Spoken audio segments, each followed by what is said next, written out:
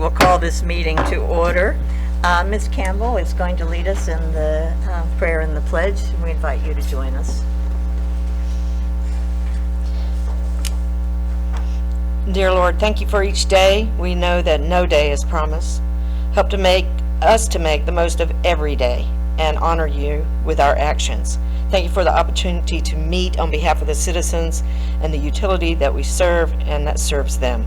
Help us to make right and just decisions for those we serve. Amen.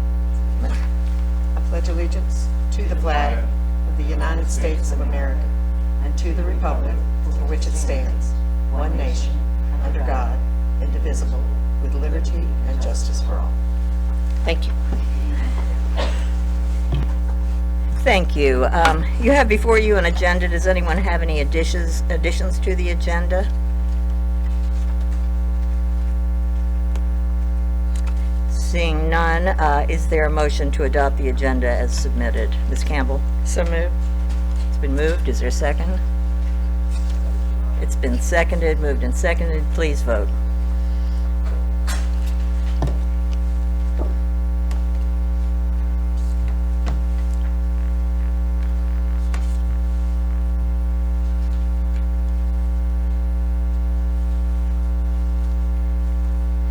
And it passes 5-0.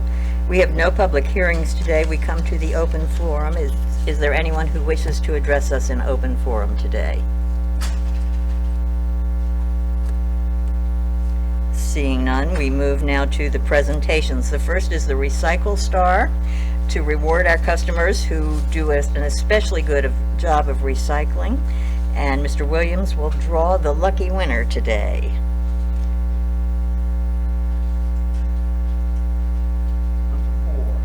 Number 4 is Sandra Cosby, who will be recognized by our public information team. The other people who are notable are Jackie Van Pelt, Cheryl Stone, Debbie Bossum, Ms. Andy Schutt and Larry Legg, Alexis Dickey, Iris Ingram, George and Betty Bennett, Willie Durant, Jennifer Pease, Anthony MacArthur, Kenneth Shaw, Sylvia Sims, Jeff Hetty, Deborah Bowen, Windroll Lawrence, Pamela and Rob Dewhurst, Barbara Murray, and Larry Rowe. Thank you to all of you for your good work in recycling. We come now to a presentation of the fiscal year 2020 Comprehensive Annual Financial Report. You will find it on page 4, and I believe the presentation will be done by video. Is that correct, Mr. Woody? Yes, we have with us Mr. Wade Stansbury, who's partner in charge with Malden Jenkins CPAs and Advisors. He's coming to us remotely from Bradenton, Florida, down by Tampa. Mr. Stansbury led the group that put together the comprehensive annual financial report. A bound copy has been provided for you, even though you've been also provided electronic copies before. Sometimes it's a little easier to read and review when you've got a bound copy. This is a kind of the seminal summary of our financial statements from the fiscal year that ended September 30th, 2020. Certainly appreciate that Wade is able to be with us remotely. Are you there, Wade? Can you hear us?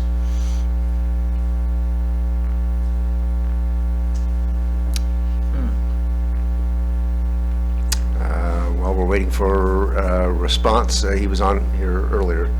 Mr. Justin Smith is our Director of Finance and worked with Wade as well as with Patty, of course, before her retirement this past year in putting together our comprehensive annual financial report.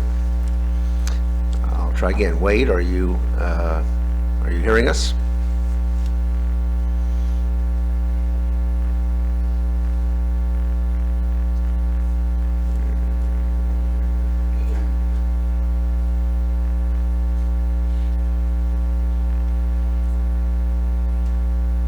We'll give him a few moments to figure out the technical. Yeah, is it possible to get him bigger on the screen?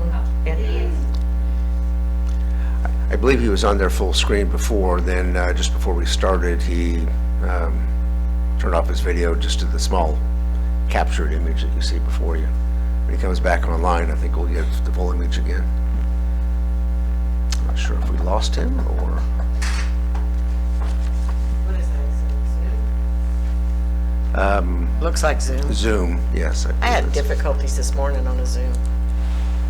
Might be the weather, who knows?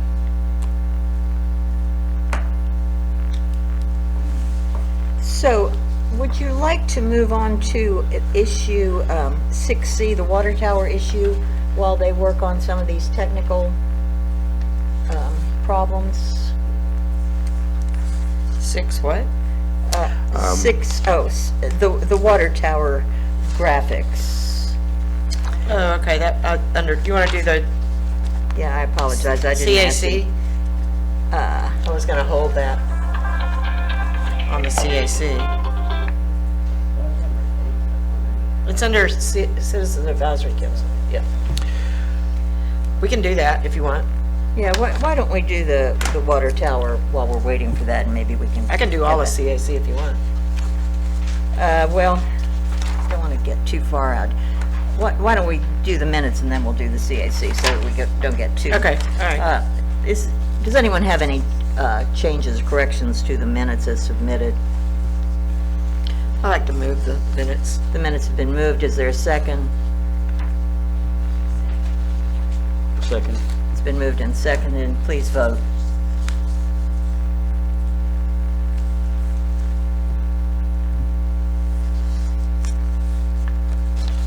It's a,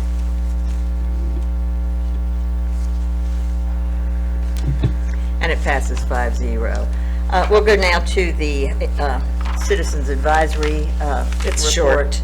Okay, Ms. Campbell, you're recognized. okay, thank you. The Citizen Advisory Council met on March 16th, 2021. Our first order of business was an open forum on discussion of the graphics on the east tank at 205 East Cervantes Street in Pensacola. I'm going to hold that.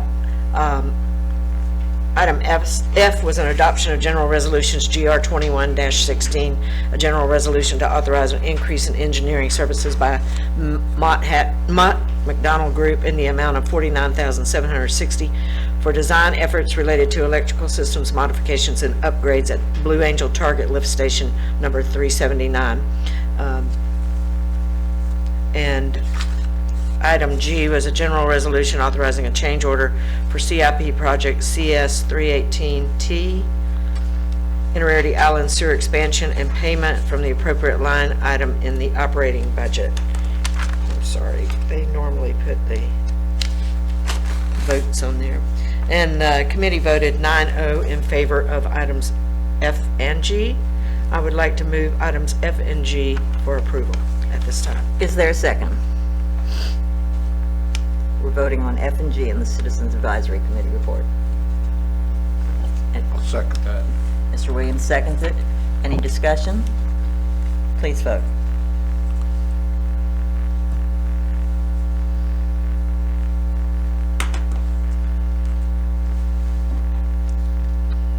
And it passes 5-0. Thank you, and we can open discussion. And I for think the- Mr. Woody has some presentations for us to do on the graphics of the tank. So if, with your permission, Ms. Campbell will recognize Mr. Woody. Yes, please, thank you. Before, if you go ahead and bring it up on the screen at this time, we have a PowerPoint presentation that does a little bit of summary of the discussion held at CAC, but more particularly tries to hone in on some of the points that we have going forward. The East Tank obviously is a project that we currently have under construction. Our existing contractor is making good progress. Most of the base white work that they're doing on the inside and outside of the tank is nearing completion, and they will be prepared to be doing work on the exterior graphics here shortly, and looking forward to a recommendation, hopefully even at the conclusion of this meeting. As you'll remember from earlier discussion, some of the considerations are that we do have this narrow window of time to be able to make a recommendation in order to avoid additional costs, since we have a contractor on site at the time.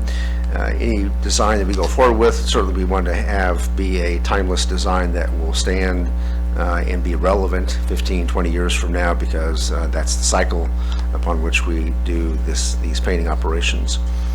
We have been in close contact with the Blue Angels organization. I've talked with their executive official, as well as the commander, captain out at the NAS as well, and got good feedback regarding the use of their images and licensed trademarks. Lastly, a new bullet that I've added from our previous presentation, we do need to be mindful of the general proportions of the images that we use going forward. If you'll look at the next graphic, actually I have control of that, I need to advance it myself. There are a couple different options. Generally, based on the size and proportions of the tank, the image height at any location is going to wind up being about 12 to 13 feet in height. The circumference of the tank is 158 feet, so if we choose the prominent image to be facing the north and southbound traffic, then that is going to be the largest or longest image. And in order to not have the images visually overlap, not physically overlap, but at least visually overlap each other to where you're seeing two images at a time, if you've got room to put a relatively large rectangular image on the prominent north and south sides, but really only have room for a more square shaped image on the east and west side. So whether you use three images and only use one of the east or west exposures, or if you use all four sides of the tank, you would pretty much have two rectangular shaped images and two square shaped images in order to make the best use of the real estate available up there, but not have overlapping images. To kind of put those together, that's kind of the concept we're talking about. So as we go forward, I'll show you some concept slides based on the feedback from the CAC last week, but we'll come back to this concept of rectangle versus square when we come to the end of the presentation. So remember this sense of proportion issue. Again, just as a reminder, the predominant recommendations on a non-scientific survey basis were strong support for Blue Angels, also fairly strong support for Cradle of Aviation, or some kind of historical message as well, and there was also some good support for a welcome message of some sort. We kind of discounted the last three only because of the technical challenges of having photorealistic murals or the timeline that we have available to us. Overwhelmingly, there's lots of support for Home of the Blue Angels, and after the discussion that we had this last week, plus discussions with the folks who were in charge of licensing for the Blue Angels, this is really the winning and remaining image that we'd like to recommend. It uses their font, it uses Blue Angels colors, it has the trademark located just above the S in the location that they wanted it to be located.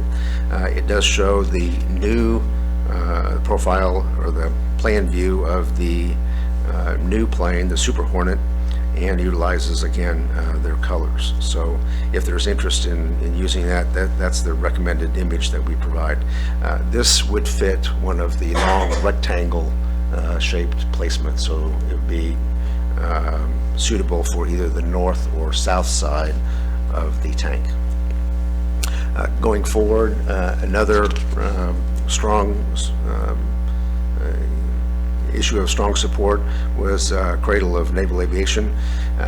This image, number 2 that's in front of you, is pretty much a replica of what's up there now, although the aviator wings are in more detail than the naval aviator wings that are up there at present.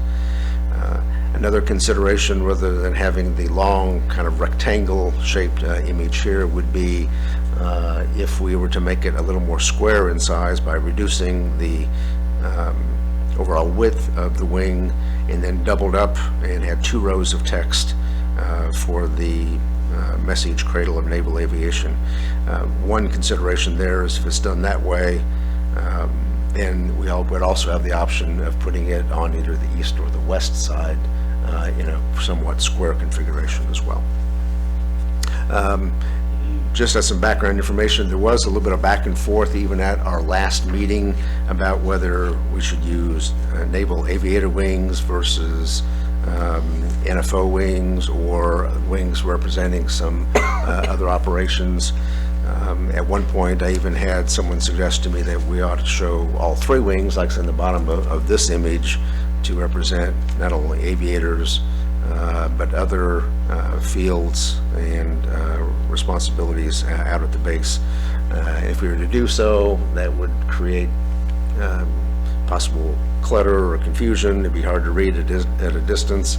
In the end, even though we put together a couple of different options just for consideration of what something like that might look at, the recommendation that I got back from the captain at the base was the text of the message is Cradle of Naval Aviation, that it really ought to have just strictly the naval aviator wings alone, just the one set of wings. So our recommendation in the end is just a single wing like it is shown now.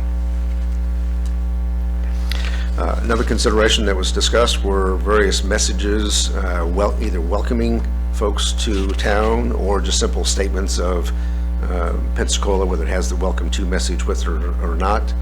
That can be configured in many different ways. There was a request also for consideration of the catchphrase America's First Settlement. So here's variations on that theme.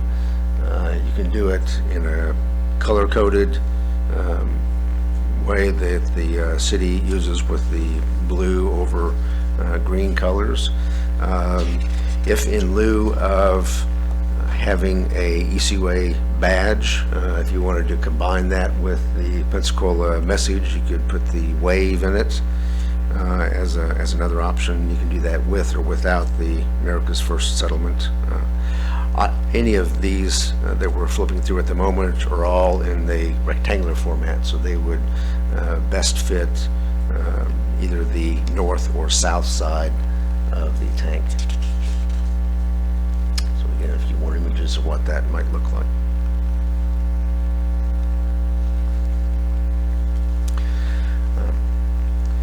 Again, back to the subject of overall proportion, you need to keep in mind that there's only so much room up there, and to do it at a distance, excuse me, it advanced on me.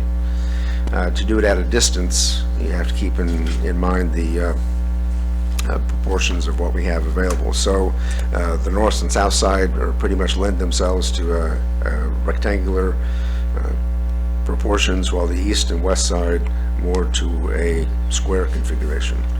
Let me move ahead through a couple other examples, and that's obviously the Ecua logo that was originally proposed to be on there.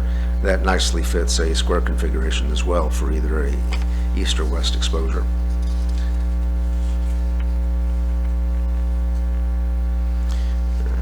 Again, more pictures of the same image with a little bit of proportions and with some measurements there. About 12 feet tall, about 33 feet long in that example. The Blue Angels, altogether about a 34-foot long image altogether. You can see the top portion of it rolls up onto the curved part of the tank a little bit. And the last one was the configuration we recommend for just having a single set of wings for the message Cradle of Aviation. So in conclusion, really the request we would have of the board for discussion would be making some decisions about the final graphics you would like to have, whether it be 3 graphics or 4 graphics, and the overall locations, keeping in mind that some of them lend themselves to a rectangular overall format and others lend themselves to a more square format. Square formats being the east or west exposure, the rectangular format being the north or south exposure. There's 16 different configurations that I could show you. We've thrown a few up there just for purposes of discussion. You can obviously choose whichever combinations that you might want. And from there, I would open it up to your questions and/or discussion. Let me make a couple of comments. I had a call from Andrew McKay before the meeting today, and first of all, I think we should thank him because he's the one who caught this issue and raised the issue of whether we should just have ECUA there or if we should continue the tradition that was on the other tank to have some symbol of our community. As you recall, it's the Blue Angel Classic, which is long ago defunct. But he felt very strongly that we should continue to do the Blue Angels, and there's certainly wide community support for that, and Cradle of Naval Aviation, for which there's also wide support. At the CAC meeting, I raised the issue of America's first settlement, and of course I think celebrating our history is very important.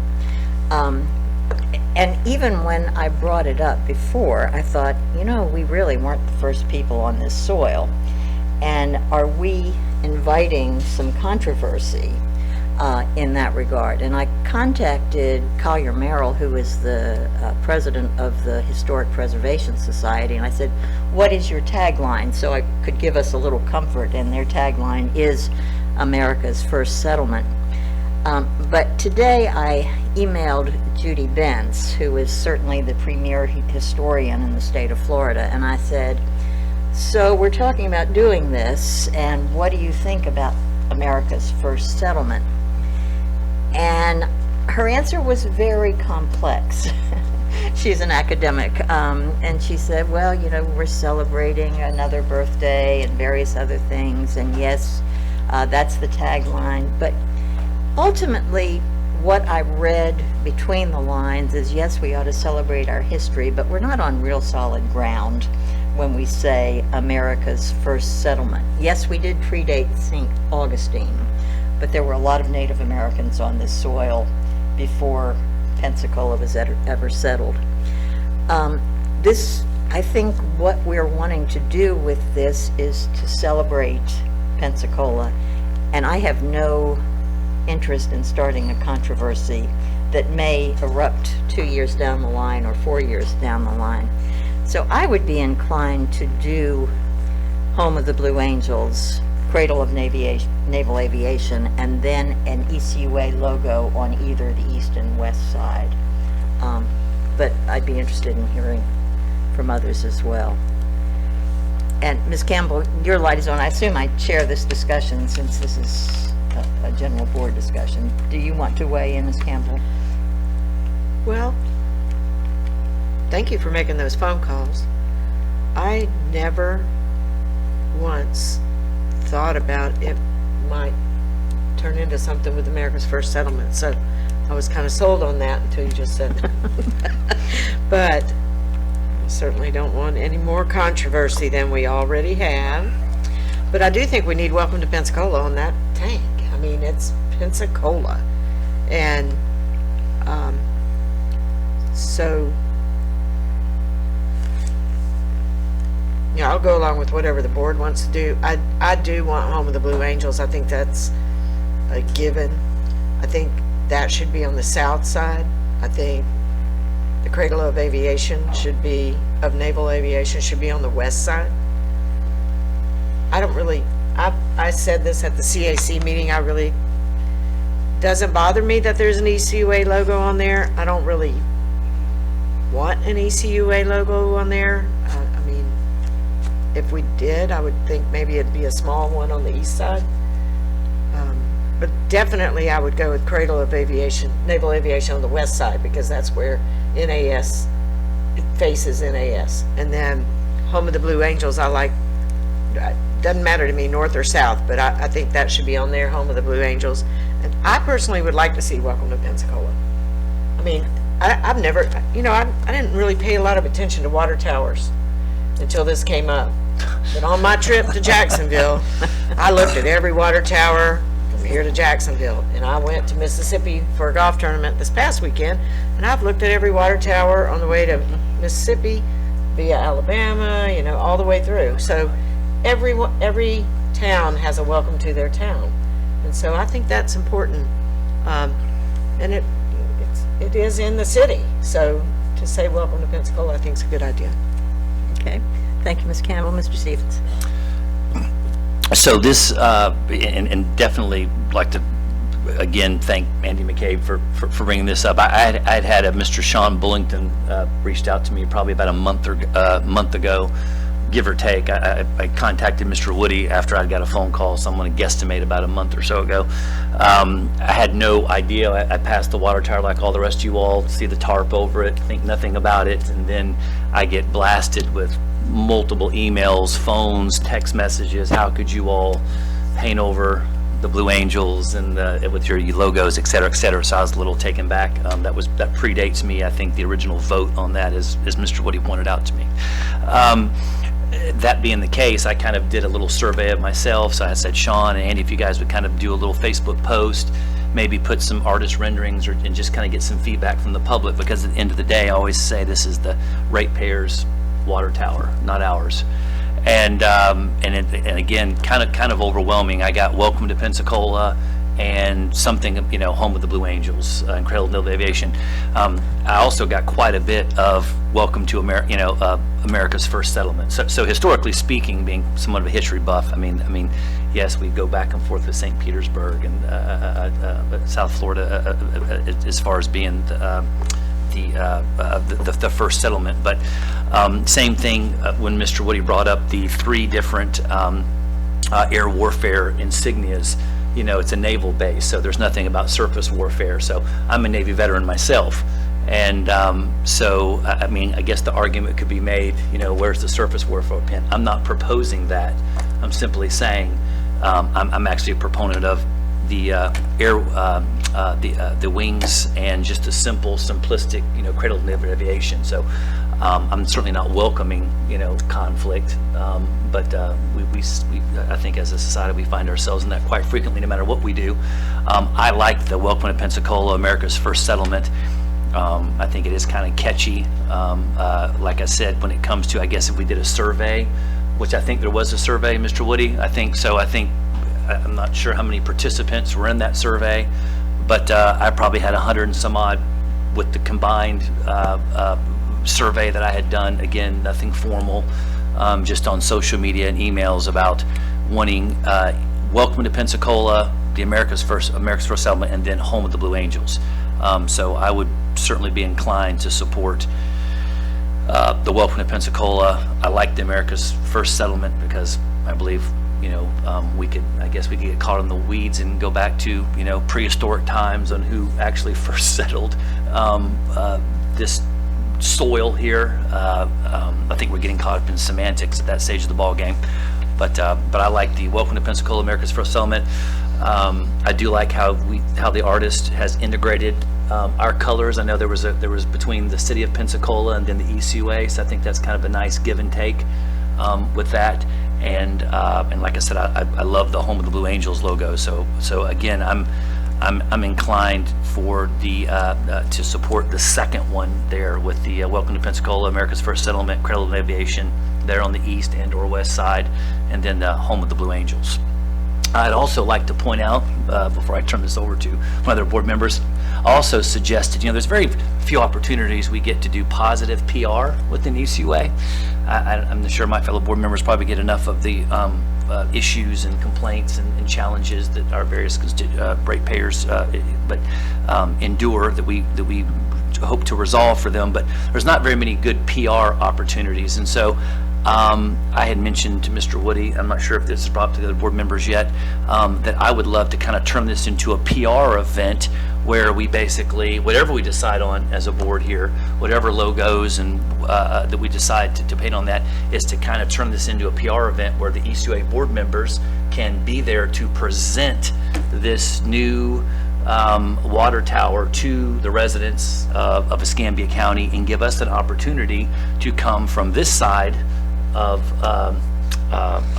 the proverbial aisle here and actually meet with our constituents, ratepayers, out there. So maybe it's I don't know, hot dogs, hamburgers, some balloons, something along the lines to actually engage with our ratepayers. So maybe do this in conjunction with here's what the board members have decided based on feedback from the residents, constituents, and we would like to present this almost like that, you know, you watch the old HGTV where they're decorating the house and then they move the bus and then you get to see what they've done to it. So maybe something along those lines. So I would just like to, again, maybe suggest that we can maybe combine these new logos with an opportunity for the board members, my fellow board members, to actually meet with the residents outside of the structured environment.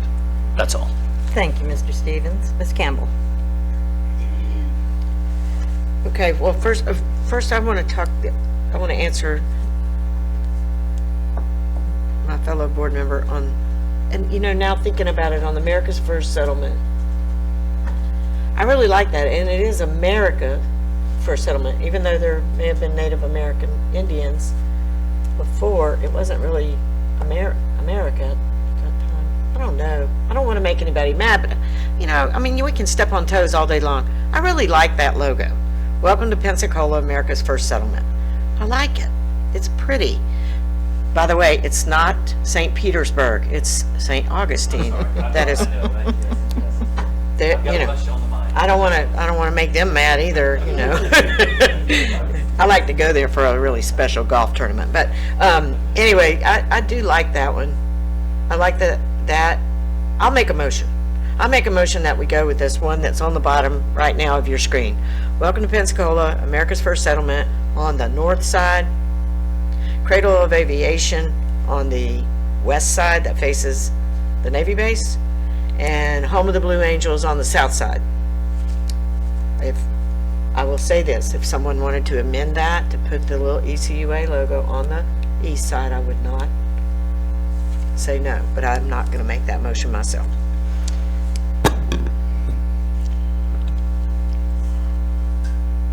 Okay, I thank you, Ms. Campbell. I don't see any of the lights, so I'm going to weigh in for a moment. This one that has the Pensacola with the waves on it, I can't tell you how much I hate that. I mean, you know I'm kind of arty, and I collect art, and I'm into architecture and design and all of that. And I just think that is a mix-up of the city of Pensacola and our logo, and you know, it's awful. I'm just sorry. I wouldn't mind it just being Pensacola in the Pensacola font. I will amend my motion to make that Welcome to Pensacola in the city of Pensacola's font. Do you have that one? Thank you. Yeah, okay. It's amended. Amended. There you go. Is there a second for the amendment? Mr. Stevens? Mr. Woody, did you bring that up? And I'm glad you brought that point up, because you just jogged. Just a moment, we're waiting to see if this amendment Oh, is okay. seconded. She has an amendment, so is there anyone wanting to second? Okay, it dies for a lack of a second, sorry. Now, Mr. Stevens, you are recognized. So, Mr. Woody, when you and I discussed this before, you had brought this up to the mayor, or had you mentioned this to him about using the Welcome to Pensacola and the Pensacola logo being the city logo? Very early on, Okay. I did mention that. At that time, I wasn't sure what the cost would be. I was also Okay. trying to get his initial feedback on whether the city would be willing to maybe cost participate even if we used a portion of his logo. He said he was very interested and excited about it. Obviously, I'd have to discuss with the rest of the board. I've not had a further conversation with him since then. Okay. And I just wanted to make sure, because I like them both. I like the Welcome to Pensacola with the ECUA kind of wave integration.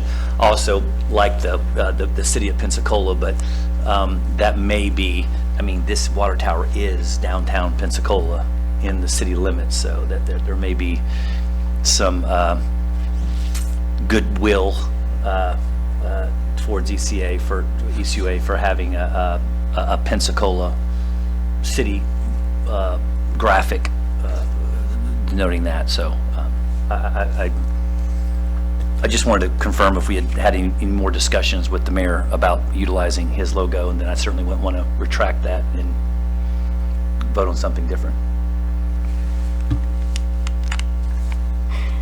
Do we have a motion on the table?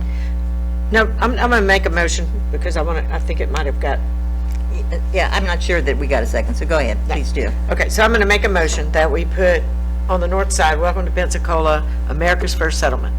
On the west side, the Cradle of Naval Aviation. And on the south side, home of the Blue Angels. Is there a second? I'll second. It's been seconded. Mr. Perkins, you're recognized. Thank you. I had originally been an advocate of that wave font and everything like that, but after looking at it on the tanks, I agree that it looks better without it. Thank you. On paper, it looked better, but somehow when I got the mock-ups on the tank, to me, I think it's less complex and clearer and looks better without it. I can support this motion. I would rather see, rather than the welcome to, because it's for people who live here too, not just the tourists. I would rather just say Pensacola, Florida, and the even though I'm a history buff and everything, the America's First Settlement, that's a controversy that in a few years might raise up. So I think it's just better to have on one side, have it say Pensacola, Florida, and it can be a nice font like that. And I would have that the small square, and then the bigger square, the rectangle with the Cradle of Naval Aviation with one line under it. I thought that looked good on one side, and then the big square on the Blue Angels on the other side. And I would leave off the ECUA, but either way, I don't have any problem with it. So any of this is fine. I mean, it's a water tank. We want it to be nice, but it's not going to be the end of the world for me if I don't get the design I want, But I think that a lot of times we over-decorate or over-complicate things, and a lot of times minimalism looks better, and people see it better and get it better, especially when they're driving at 60 miles an hour. And so I would prefer just Pensacola, Florida, home of the Blue Angels, Cradle of Naval Aviation would be what I would go with. But I'm willing to support whatever my fellow board members think. But I think simpler is better. Thank you, Mr. Perkins. Ms. Campbell? I don't. Okay. I kind of concurred with your statement, Mr. Perkins, that this is for people coming to town or leaving town, and we think of tourists, but most of the people who see this sign live here. And so I guess we're welcoming them to their own hometown. I'm sure that's sort of redundant. I am for less busyness. In terms of, some people talk about north, south, east, and west. Tell me right and left, because that's about what I do. But if I'm coming down I-110 from I-10 going to the beach, isn't that the north side? Is what I see? Yes, you would be viewing the north side. So I would say, I'm sorry, that's where we want the thing that most people here wanted to see, and that's the Blue Angels. And that's where the Blue Angel Classic thing is right now. So that would be the north side of the tank. So anybody coming into town, that's the first thing they see. And then I would put on the opposite side of the tank, the Cradle of Naval Aviation. People leaving the beach, coming the other way, will see that as they're leaving Pensacola. Mr. Woody, you... The only point of clarification, the existing tank logos has the Blue Angels Golf Classic on the south exposure, so Okay. it's viewed when you're northbound on I-110. Okay, you're right, it does. Yes, sorry. So I could flip-flop, but I think those are the two that most people responded to, and that's what I hear most often. So I think those are the critical two. Now, the question is, do we still want to have America's First Settlement? And I brought it up, so I really like it.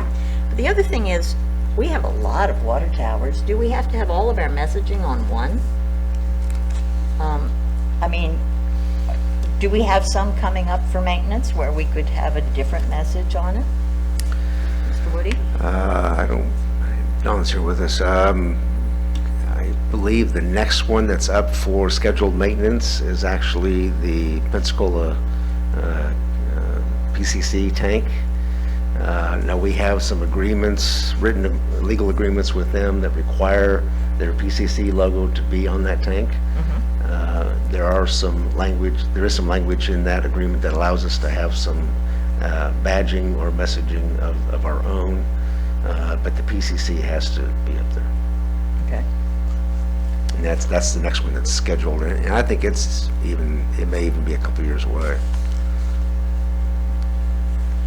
Okay.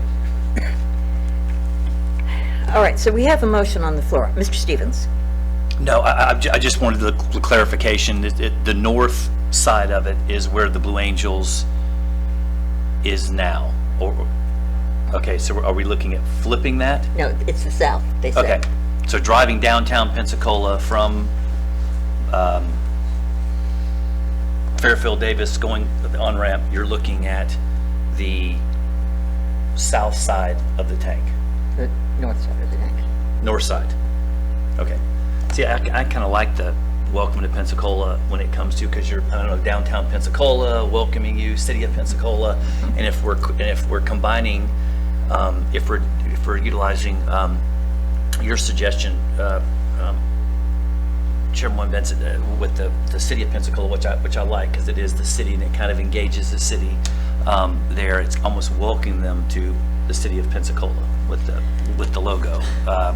So I like it personally. I like the welcome to. I don't think you can go wrong with welcoming someone, whether you're local or a guest in our city to Pensacola. So that's all I have. And do we have a motion on the floor to? Can we read My the motion, my motion on the floor is to have on that side, facing the north, which is the side when you're driving downtown. It's right there where you're getting off of the interstate to go downtown. That to say, welcome to Pensacola, America's first settlement in the city of Pensacola font. On the west side, which faces, if you were coming down Garden Street from the NAS, it is the cradle of naval aviation, and I agree with Dale, it all needs to be on one line, cradle of naval aviation. And then home of the Blue Angels, if you're coming in from the beach south side. Okay, let me just clarify with Mr. Woody, because I think with 3 of these long ones, that might be a problem. We might have to truncate, we might have to do cradle of naval aviation. On 2 lines? On 2 lines if we do that. I thought that was if we added that ECUA thing.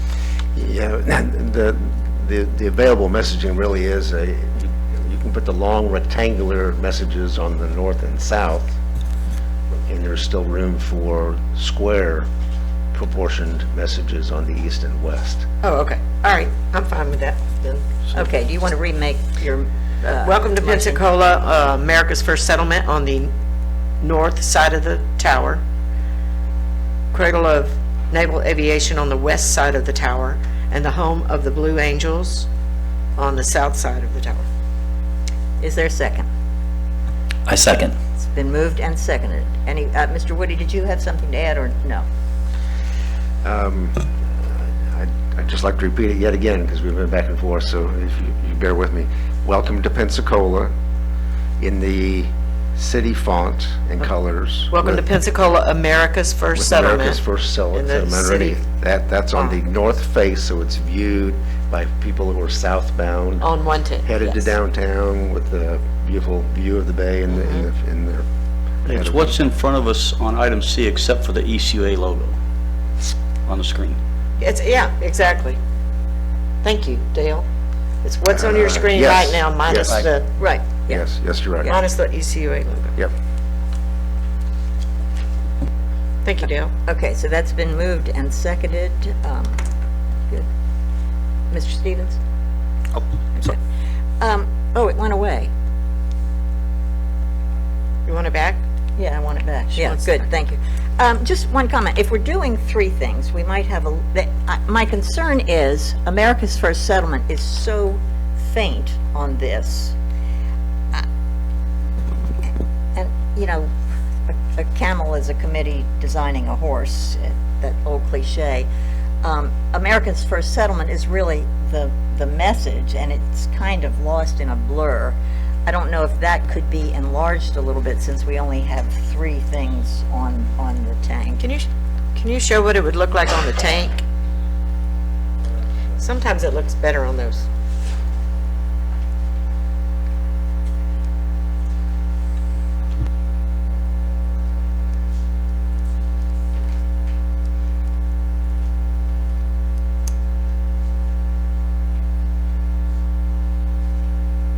Yeah, but we're not doing the ways. Mr. Perkins, did you want to weigh in while they were Yeah. doing this? I would be in favor of dropping the America's First Settlement, and not so much There it is. as for political correctness as it's too busy. I think the Welcome to Pensacola is clearer and more concise, and I could see where, you know, people who are of Native American ancestry could say, hey, look, we had complex civilizations here long before, you know, the Spaniards came here, and could be offended. I mean, but to me, it's more the Welcome to Pensacola, like it's on the tower in the picture there, without the America's First Settlement. It's just clearer, easier to read. It doesn't open up that controversy. You know, I think sometimes that's overblown. I mean, you know, Seminoles, I think, is a thing to be proud of. The Braves, I mean, that's a thing to be proud of. Now, Redskins was a little bit, you know, questionable, but I think a lot of Native American people are proud of their ancestry, proud of their heritage, and like being recognized. But to me, it's just too busy, and I think would be better off without it. Now, if the majority of the board wants to support it, I'm perfectly fine with it. It's not a do or die, you know, thing for me. But I think it would just be cleaner, look nicer, and serve us better in the long run to have just like is on the tower there, Welcome to Pensacola. Okay, so we have a motion and a second. Ms. Campbell, did you want to? No. Okay. A motion and a second that includes America's First Settlement as well as the other 2. I think you are speaking Madam against. Chairman, I'm going to offer an amendment just because I don't want to vote against the overall thing. So Good. if we vote the Okay, amendment please down, do. that's fine. But I make an amendment that we leave off the America's First Settlement portion. Okay, we have a motion. Is there a second to that amendment? Mr. Williams? Yeah, I'll second that amendment. Okay, so the amendment is that it have Welcome to Pensacola without America's First Settlement. Does anyone wish to speak to that? Boy, I hate to vote again. Kevin? Mr. Stevens, I'm sorry. Yeah, so again, I'm when we're talking about trying to concern ourselves with potential controversy over the America's First Settlement. So again, I'm not saying Mr. Woody's or my makeshift survey of residents is the end-all be-all, but I can tell you, speaking to numerous people downtown Pensacola, as well as the county, north and south and the whole deal, I got I don't think I've actually got one, and I've got minority elements in residents in my districts as well. Spoke to all walks of life. Got a business partner who happens to be Indian, as a matter of fact. I got no negative feedback on America's First Settlement. In fact, the opposite. I got positive feedback on the polls I took, and of course, obviously, I think Mr. Woody's polls had some positive feedback as well. So I think we may be creating some controversy that may not be there. But again, as board member Campbell said, it's America's first settlement. And we're all Americans first and foremost. So whether we're what nationality we are, we all share that in common as being American. So I'm a proponent of that myself. But again, this isn't about me. We're representatives of our various constituents, and so I'm speaking on behalf of the individuals that I spoke with in my district as well as outside my district in support of the America's First Settlement. That's all I have. Thank you, Mr. Stevens. Ms. Campbell? Oh, I'm sorry, Mr. Williams. Okay, Ms. Campbell? Yeah, I'm going to agree with Kevin on this one. I got several phone calls, emails, messages of America's First Settlement. A lot of people wanted it. I think on the poll that Mr. Woody took, it said that, you know, I mean, we're in a time when if you say boo, it's going to make somebody angry. So, you know, it doesn't matter what we put on this tower. I'm not here to win friends. I'm here to do what's best for the majority of the people in this that we serve. And the majority of the people that we serve had time to weigh in, and they said this is what they want. So if you know, I know we might make somebody, if we're going to make somebody mad. I'm not saying might. It doesn't matter. If I wake up and breathe in the morning, I'm going to make somebody mad. So I just think we need to stick with what the people asked for. They wanted America's First Settlement. They wanted the Blue Angels, and they wanted the Cradle of Aviation, and that's what I offered on mine. So I will not support the amendment, and I apologize. I always support Dale, but on this one, I'm just going to stick with what the people want. Mr. Williams? Yes, Madam Chair. I think for simplicity reasons as well as artistic reasons, it appears to be easier to see with just welcome to Pensacola. And the positioning of it, obviously we said we wanted it on the north side, but that I was concerned about the way the Cradle of Aviation looks on two lines as well. So I don't know if we want to reposition the Cradle of Aviation with Pensacola or Welcome to Pensacola, so that the Cradle of Aviation is on one line as well as Home of the Blue Angels, and making Pensacola as big as it can be. But I think for artistic as well as simplification of the graphic, Pensacola is the highlight that I want everybody to see. Thank you, Mr. Williams. You know, this is one of those that I can go both ways, because I love our history and I love celebrating it. And you know, D.C. Reeves wanted that thing, Pensacola 1, St. Augustine 2, and yeah, let the controversy begin, which would be so much fun. And I think, well, if we put America's First Settlement, people start yelling about it, it enhances, you know, people's perception.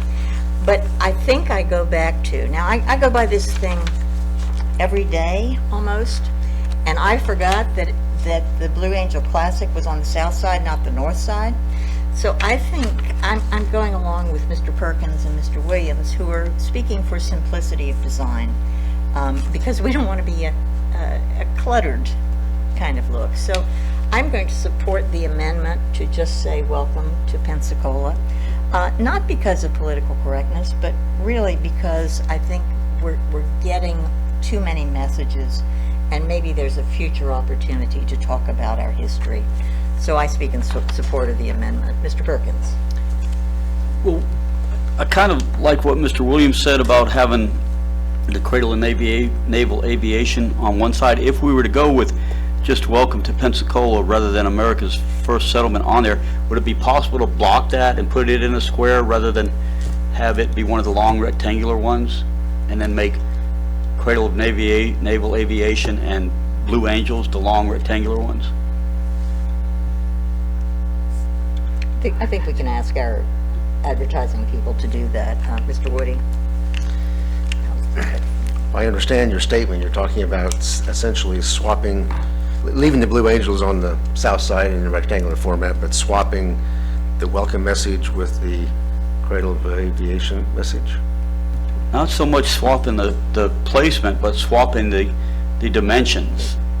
So having the welcome to Pensacola be a smaller square, and then the cradle of naval aviation, rather than being the square with two lines, having it be longer with just one line underneath it.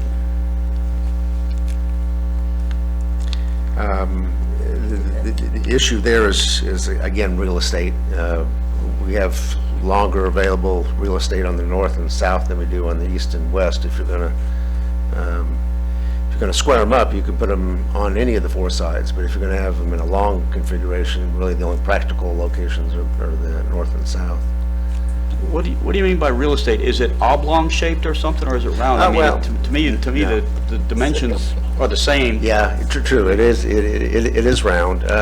You're moving down the highway 65 miles an hour. You get a long view at the north and south sides, and a brief view when you're viewing the west sides.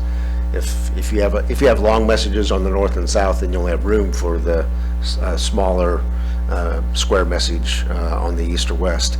If you're going to have two long messages, they really need to be on opposite sides of each other. That's really the big issue. If you have two long ones, they need to be on opposite sides, whether that's north-south or east-west. They need to be on opposite sides. Because if they're immediately adjacent to each other, then they will overlap, and you don't have enough white space, and you'll have some proportion awkwardness there. Okay. What Ms. was Campbell? Yeah. what was number 1 and 2 on that survey you did?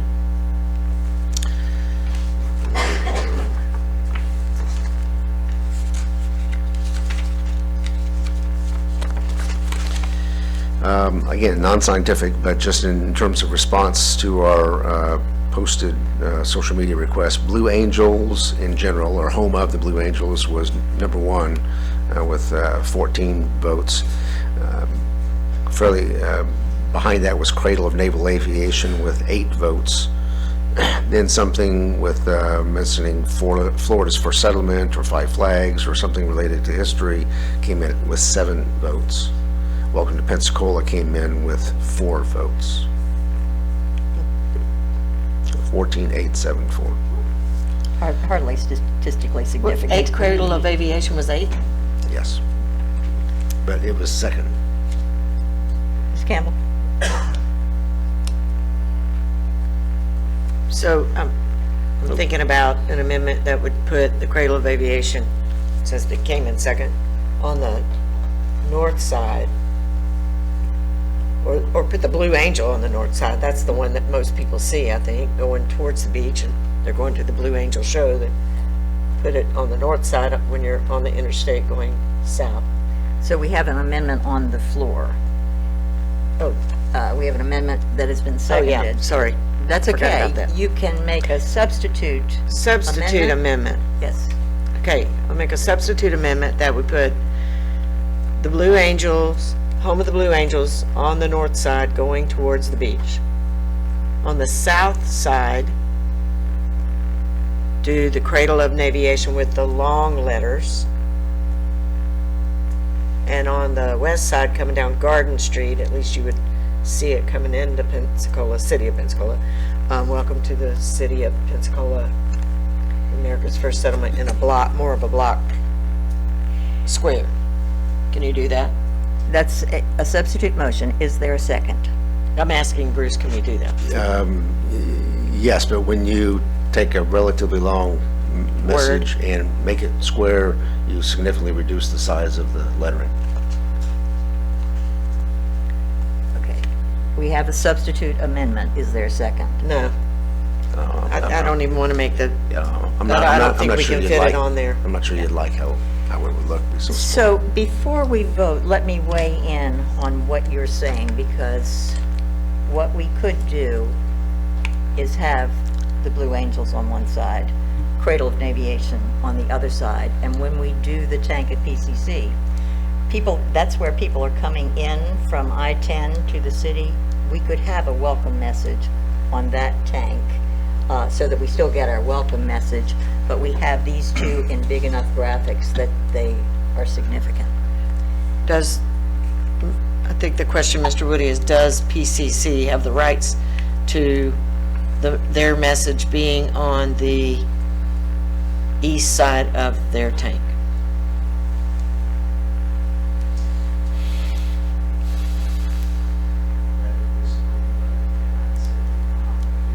Woody, your microphone. I read it recently, but I can't confidently say from memory whether it dictates the exact location. It does say that it has to be on there. I can't remember the location. Do you by chance remember it? Ms. Bowers, did you want to be recognized in this? Come to the podium, yes. Thank you, Madam Chairman. We were discussing the potential of making the Welcome to Pensacola image more of a square rather than rectangular design. And the problem is the limitation of the word Pensacola, which is a long, and so that's just, Right. that's why we haven't been able to present a square version of that. You should change the name of the city, maybe, yeah. If you can do it by next week, that would be great. Thank you, ma'am. Yeah. Ms. Campbell, you still have the floor. We're never going to make everybody happy, like I said. Mr. Stevens, and again, we're discussing now Mr. Perkins' amendment, just to be clear. Okay, no, I was just, I know we've been going back and forth, I'm kind of losing track, maybe some of you are all with me on what versions. This is quite a lengthy discussion about it, the logos, but I just go back to my original welcome to Pensacola, greeting people, welcoming people, local, resident, come as you are, to Pensacola on the one side, and then of course on the opposite side, the Blue Angels logo, and then basically the version that lasted on our screens the longest that Mr. Woody had up there for simplicity's sake. Again, I'm not bringing up the, I'm a supporter of America's First Settlement, but clearly I've got outvoted on that. So, No, just, you're not outvoted on that. okay. Just to be clear. But anyway, just to kind of move it along, those, what version was that? And then, so maybe we could just, Mr. Perkins, will you restate your motion? Yeah, I had the, the original version that we had gone with without the ECA logo. So it had 1, 2, 3. right there. Yeah, except just for simplicity's sake, so it would be easier to read on that north part on Pensacola A, just get rid of the America's First Settlement. It's not so much political correctness. I'm okay with us using that in a different location perhaps at some time if we do a downtown water tower or something, in a historical area. But just so for readability, I think that's too busy. But I think all the amendment does, I think we're kind of in agreement on A. We'd like to have the Cradle of Naval Aviation on one line, but it's really not doable. So we're kind of in agreement on everything except on the north side whether or not we have America's First Settlement. And so that amendment was designed to decide whether or not we want to do that. And I don't have real strong feelings either way, but I just think that it's clearer and easier to read. It's hard to read, that small font underneath there. I think it's clearer and easier to read. And I do agree, I thought about, well, maybe I should just say Pensacola. Maybe the welcome to is even too much. But it doesn't hurt to be welcoming, even to people who live here, and so I think that the welcome to is okay, but I think if you have more underneath that, it just gets too busy. Thank you, Mr. Perkins. Did you have something to add, Mr. Stevens? No, I just Okay. wanted to clarify Okay. that C, version C is what's to be voted on, Yes. minus the America's First Settlement. Is that the And amendment as? The main motion is for version C. The amendment is for version C without the bottom line on Welcome to Pensacola. And does it have the ECUA logo on it? No. Okay. Okay, so deleting, America's First so Settlement. basically just these three. Well, no, you're saying leave the ECUA logo on the east side. Take that off. Okay. Okay. It will have Welcome to Pensacola. It will have on the opposite side, Home of the Blue Angels, and on maybe the west side. West side. West side. Cradle of Naval Aviation. That's what we're voting on. Ms. Campbell, did you have something else? And just before we voted, I just wanted to do one more little push for America's First Settlement, and only because we are trying to bring in now we put all of our eggs in one basket on the beach. And we've seen what happened when we have hurricanes, we've seen what happened when we have oil spills and what have you. We're really pushing right now as a city for people to come here and talk about and visit the things that are important history-wise of this city. And we're pushing that. So that's one of the main reasons I like that on there. So I'm going to stick with that, but I am not opposed to what Mr. Perkins said. I mean, I'm going to like it no matter what we do, but I'm going to vote on the original if I get the chance. Don't think I'm going to get the chance, but if I say no, it's not because I don't like what Mr. Perkins has amended. It's just I want to try to keep that settlement, America's First settlement, for visitor purposes. So we're voting on the the amendment now. Is everybody clear on what you're voting for? Okay, please vote.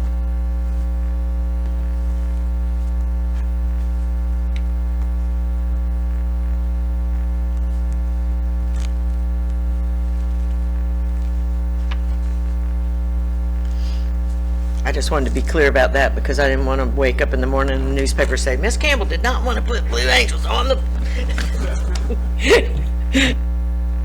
And the amendment passes 3-2. The amended motion now becomes the main motion, and the motion is to have 3 logos on the water tank. The one on the north side would be Welcome to Pensacola. The one on the south side would be Home of the Blue Angels with the images, and the one on the west side would be Cradle of Naval Aviation. Is there any further discussion? Seeing no lights, please vote.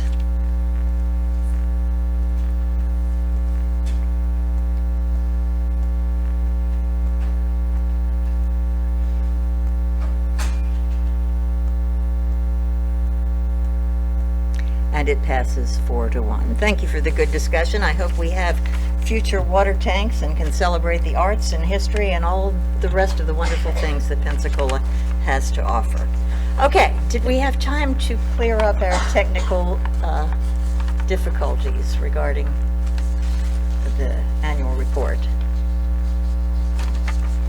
Okay, we're coming to item number 6B. That concludes the CAC report Oh, as well. sorry. Thank you, Ms. Campbell.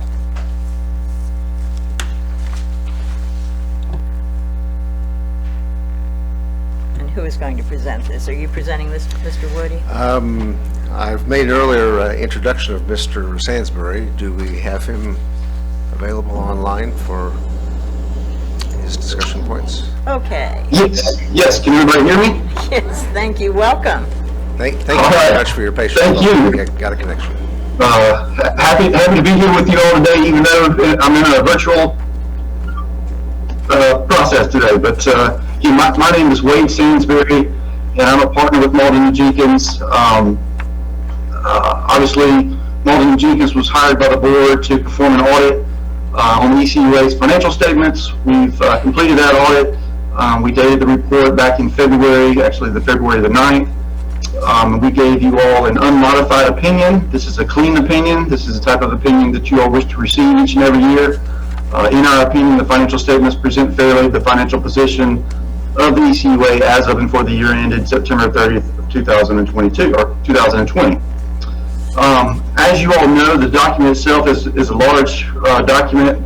It's getting to be quite large. It's over 120 pages currently, and so a lot of times you don't want to read the entire thing. I fully understand that, but if you don't read anything, then I do recommend that you try and read the MD&A. This is the management's discussion and analysis. This is where Patty and Justin get a good chance to basically talk to the readers and give them a good overview of the current year's operations as they relate to the prior year. So just certainly if you don't get a chance to read the entire document, please look over the MD&A. And then just a couple of highlights for the year. Total assets at the end of the year amounted to just a little over $1 billion. Net position ended at $613.9 million. This was an increase of $36.3 million from that of 2019. You did have a very, very strong positive cash flows from operating activities of almost $73 million. So all in all, a very, very good year, even though we obviously had a difficult year with dealing with COVID, but financially, the ECUA is in very good shape, and you really had a good year in 2020. As part of our audit, we had no kind of findings, no material weaknesses or significant deficiencies. Patty, as well as Justin, along with their staff, they do a great job of taking care of your books and records on a day-to-day basis, and then they certainly do a really good job for us and providing us all of the information, the documents, the invoices, the contracts, the reconciliations that we need to be able to complete the audit efficiently and timely.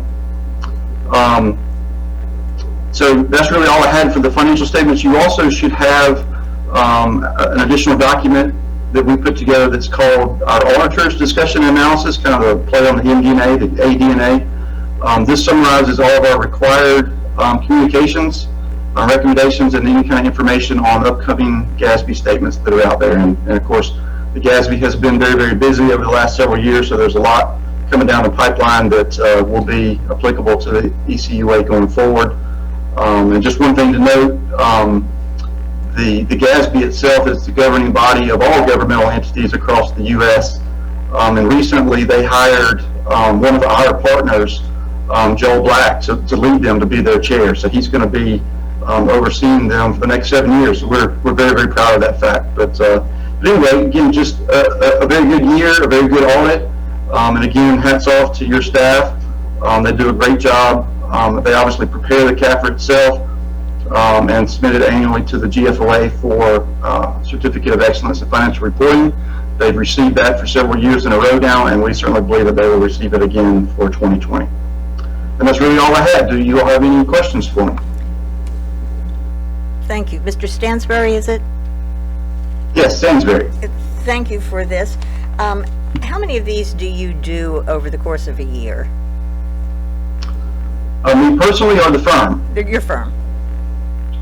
The firm, we have currently over 500 governmental entities that we do throughout the year, multiple year ends, multiple delivery due dates, and that's governmental entities. We have probably close to 60, 65, I believe, water-related entities such as yourself, water, sewer, sanitation, what have you. And so we've got quite a bit of experience in handling these types of audits. And how would you rank the ECUA in the overall, in what you see here versus others? You don't have to name names. Sure. You know, ranking is kind of hard to do. I don't really try not to do that, but I think, again, the ECUA is in very good, strong financial position as of the end of the year. The board itself is doing a good job in leading the activities, and like I mentioned, you know, you've got very, very strong, good cash flows for 2020, as you have for many years, and those cash flows allow you all to continue to reinvest in the system, to pay down your debt, and everything that you need to do. So you're certainly in the top echelon of water authorities that I deal with. Okay, that's what we wanted to hear. Yes. And do you, I know there are many opinions that you do not render, and you're limited to what you see. Would you say that our bonded indebtedness is appropriate for our size utility and a dollar amount, and our our reserves are appropriate? Do you get into that area? Well, you know, my biggest concerns, as with I'm sure your bond holders, is your ability to repay that debt, whatever that dollar amount may be.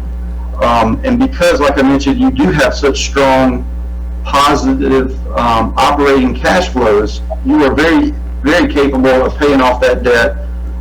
We certainly look at your debt ratios, your debt covenants, and you're very well in excess of all of those limits. So, so in that regard, you're doing exactly what you need to do. Thank you. And there will be other questions. Mr. Stevens? Thank you so much. So question on liabilities. And again, I was gonna save this for our internal accounting within ECUA, but since I've got you there, and you've got vast experience with other governmental and state agencies, interest rates on the debt servicing at 6%. Is that, you know, and again, you know, I'm in the process of refining one of my properties right now, so we're in the process. We have historically low interest rates, right? So, and again, I'm not trying to equate this to the state level. But everything's mandated by the Fed. It does that's, and again, this was back in 2010. I'm just looking at you know, on page 39, utility services revenue note series 2010. So 6% was probably pretty good back in 2010. So I'm not sure what you're seeing now. I'm looking at some of the other notes, loans we've taken out, say, for example, in 2016, that's 2.11%. So I like that a lot more than I like the 6%. What page are you on, Mr. Stevens? 39, I'm sorry, 56. I apologize. It's 39 on here, but 56 on the agenda. I'm sorry, I'm looking at there's 2 page numbers. So anyway, and then you look at the outstanding principal at a little over $27,311,000. So anyway, that just I'm assuming, and I know that's not a you thing, but you're looking at other governmental agencies, as you said. I'm assuming in 2021 they're negotiating better interest rates than 6% with our strong financials and good payment history. Yes. Now, that's something that you all should be looking at really annually. What are the rates? What are the cost of issuance? What kind of terms that you may be able to get? And certainly a 6% loan for $27 million or less at this point would be something that I would recommend you look into. You should have either people there in your staff or hire some outside professionals to do some analysis with you for that. But certainly this past year, with the pandemic being what it was, interest rates really plunged. Certain governmental debt was a little bit harder to come by during that time frame because, to be honest, the market wasn't there for it. And obviously that drives some of the rate structure itself as well. But absolutely, I think that really with these different levels of debt, these different issuance of debt, you potentially could even issue a jumbo type situation and finance all of it under one situation. Right. Exactly. Consolidation. At a low rate and really save a lot going forward. Okay. Thank you. Thank you, Mr. Yes. Stevens. Mr. Perkins? And I appreciate Mr. Stevens bringing that up. And we have done in the past, we have occasionally looked at, refinancing and doing bond issues. And, now we got a new executive director settled in and everything. I think it's probably time for our financial staff to get together and look. Now, some of this, if it's at 6% and we've got a couple of years left on it, the closing costs may be so that it wouldn't be worth financing. Some of it that is at 2% wouldn't be worth financing. But I think we could take and analyze what might be worth refinancing, but also as part of considering what we might be worth refinancing, look at what our capital needs are while interest rates are historically low, because they're going to be going up. They're going to be going up. So I think now would be the time to go to the market if we're going to do that. So I would hope that we could get a comprehensive look at not only what we might refinance, but what we might finance now before the rates go up. And by the way, this is sort of related to this financial report, but it sort of leads into budget. Mr. Woody, your light's on, and then we'll defer to Mr. Smith, if you don't mind. Mr. Yeah, I was just going to make an introduction of Justin Smith, our Director of Finance. I suspect he's going to tell you a little bit about our outside consultant that provides us these type of services and reviews for when we have opportunities to refinance. Okay. Mr. Smith, you're recognized. Thank you. Yes, this is something that we look at annually. We've had a financial advisor for years that's helped us with our borrowings, whether it be a bond or bank loan financing. That is one of the agreements that is coming due. The expiration is coming up on it, and I would like to look, get some quotes, maybe do an RFP or some RFQs for some other. Not that we're displeased with our current financial advisor, just to see what's out there. I mean, there's several players in the state, and they reach out to us, occasionally and say, hey, because they see our debt portfolio. It's all on the Emma side and other places where it's all public information. So we are looking, at reevaluating our agreement with our financial advisor, and then looking at some of this debt to see what we may be able to refinance to get a little better interest rate on it. So. Okay, thank you, Mr. Smith. You might stick close by. There might be other questions for you. Ms. Campbell? Thank you, and I agree with Dale. I don't want to refinance something that is almost at the end. and incur, more fees than we need, but I would entertain an RFQ for a new, it's always good to, even though I'm married to a financial planner, it's always good to look at financial planners, and see if you can do better. So, and I would definitely be ready to refinance and good save time. some, and add some capital as well. So maybe we can look at that, some of the things we want to get done that we could do at this time. Thank you. Of course, that balances with construction costs and all of that, so, yeah. Mr. Perkins? And just for historical perspective, we had kind of long-time local financial planners, and we, just to open it up to everybody, we put it out a few years back and gave it to someone else. So it's probably time to look at it again and see what's out there as far as financial services. But I would like for us to, while we do that, to be considering, we've got a big list of capital improvement projects that we need, and like I said, the rates I don't think are going to get any better. So if we're going to do that and meet the DEP mandates that we have, I think now would be the time. So I wouldn't like us to go about this nonchalantly or lackadaisically. I would like to have a sense of urgency on it so that we can get moving forward pretty quickly on it. Thank you, Mr. Perkins. How are our bids coming in, Mr. Woody? I know in the construction industry right now, everything's exploding, the cost of lumber and all of these other costs. What's happening with our bids? Are they, because we may have low rates, but if the cost for these projects is so high, that counters it. We haven't had any really large projects. We've been doing a lot of maintenance-related projects. I think we've got a couple larger ones that are on the horizon, but we haven't had any really big ones brought to you in the very recent times. I would defer to Stacy if you've got some more circumstantial information that might be a little more current.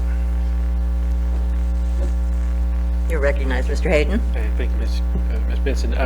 Really not much to add. I mean, we, like Mr. Woody said, haven't had a lot of large projects come in yet. We do have a few on the horizon. Prices are, going up, unfortunately. What we are finding, or have gotten word from some of our contractors, is that the price for PVC is going up, and the PVC suppliers, that's what a lot of our pipe is made out of for water mains and force mains, they're only giving prices that are good for 24 hours.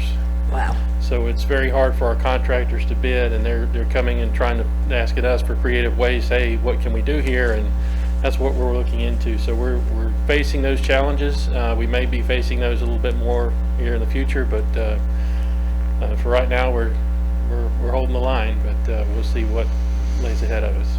Yeah, thank you. And that's what we're going to face. Materials costs going up, labor costs are crazy right now, but yeah, so it's an interesting balance we have. Thank you. Ms. Campbell. Yeah, I agree with the materials going up. I think lumber's up 175%. Yeah.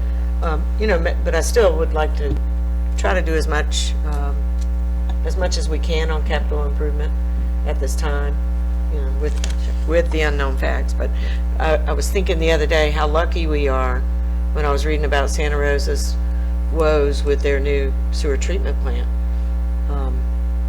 Nobody, people always want to talk about sanitation and recycle, and nobody ever wants to give those big old kudos. And I wasn't even on the board, so I'm not saying anything about me. Two of the people on this board, Lois and Dale, helped bring that $350 million water treatment plant here. And if people knew how lucky we were to have that in this area, Yeah. at this time, when I saw the 52 million for that smaller one, I was like, oh boy, are we lucky. So count our blessings. Mr. Perkins. And the truth Thank you. is that, none of us have a crystal ball. If we could, accurately predict what was going to happen in financial and building sectors into the future, we'd all be too wealthy to be serving on this board. I mean, but the truth is, and this is my opinion, is if we start lining up financing while the rates are low, get that in place and get ready to move on it, the economy is going like a car running wide open 120 miles an hour right now. It's not going to stay like that forever. These building prices and supplies and stuff are going to, we've had the hurricanes and stuff, and that's drove things up, but it's going to slow down. I mean, it's a certainty. And now, when that's going to happen, we don't know. But I would like to have the money lined up and ready to go when it does. And we don't have to, you know, bid everything out and do everything at one time. We can pick and choose. Just because somebody submits a bid doesn't mean we have to do it at that time. If we don't like the bid, we can say, hey, we're going to wait on this, you know. But you know, the truth is we can't predict the future, but what we can do is best prepare ourselves to mitigate, you know, to mitigate our costs and save money for our ratepayers. I really appreciate Mr. Stevens bringing attention to this issue, because, you know, it's something we do regularly, annually, and we kind of take it for granted, but it's something that we need to be focused on and not just rely solely on staff to do it and bring us recommendations, but to sometimes maybe, you know, put a little extra heat on them and say, hey, this is something we need to really be looking at. Thank you, Mr. Perkins. Mr. Stevens. Well, I appreciate that, Mr. Perkins. So, yeah, and just to reiterate, the loan I was discussing or referencing in the beginning, it's 2031, so we're talking 10 years on that one, and the other high one, almost 5%, is 2028. So I mean, if you look at just 2% savings on any of those, and you combine those two, that's 120 some odd million dollars. So that's pretty significant if you even at a 2% savings. So anyway, thank you. Thank you, Mr. Stevens. And again, good discussion about this. I think it leads into our whole budget discussion. We're using you as a launch pad, Mr. Stansberry. I don't know. I'm sure all of you had the same reaction, or at least those of us who were on the board a year ago. You know, 1 year ago, we thought we could be facing devastation, that our revenues were going to dry up, that all of these other things were going to happen, that our customers were not going to be able to pay their bills. And yet, look at the growth that we're seeing. You know, I just worry that there's this undercurrent of people in dire circumstances, but we certainly did not experience what many of us anticipated could have happened. And let's hope that all of our customers are beginning to feel the recovery, and that we perhaps dodged a bullet in this. I see we don't need to take formal action in receiving this in any way. So thank you so much for this audit, and for the information and the opportunity for us to discuss related items. Okay, we will move now, thank you, to approval of the minutes. Can it be? Oh, no, did we do the approval of the minutes before we did the citizens advisory? Okay, good. Okay, then we come now to item 9, the consent agenda. And with your indulgence, since there are only 3 items here, I would like to take them separately because each of them needs a little bit of presentation. So we'll start with item 9A, which you find on page 134, and I'm going to flip to that.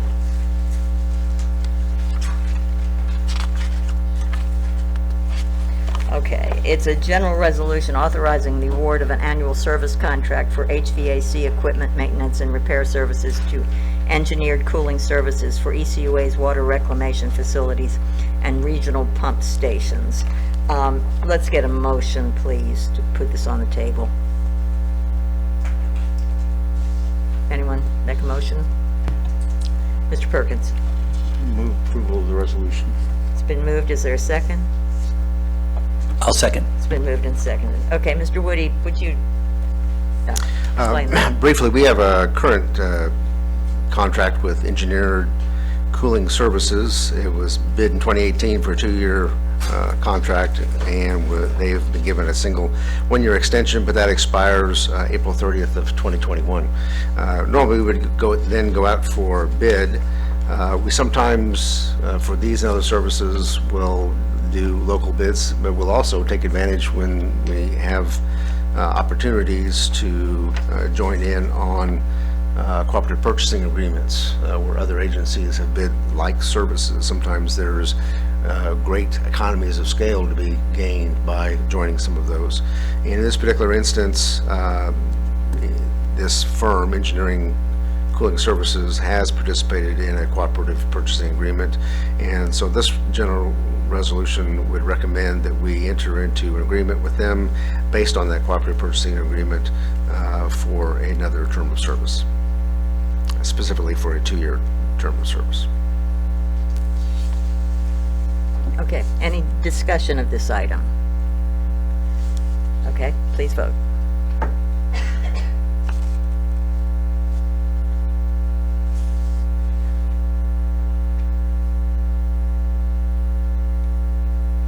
And it passes 5-0. Item 9B is a general resolution authorizing the acceptance of bid and awarding contract, authorizing the executive director to execute contracts with multiple vendors for replacement vehicles and providing an effective date. Can we get a motion to get this on the table?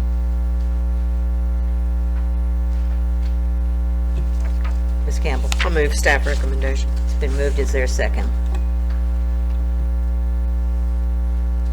It's been moved and seconded. Okay, Mr. Woody, if you will walk us through this. I would like to request 2 amendments. The remarks page, you'll see, correctly identifies this action as being a series of solicited quotes. As you'll remember, we had a event out at our sanitation facility, and several vehicles were lost. And in the meantime, of those that were lost, the ones that were most critical to our operation were those that support our commercial service. We had some front loaders and a roll-off truck. So in the time since that event, we have been leasing some vehicles from Premier Trucking. And I'd like to get out of the leasing business and get back into the owning business.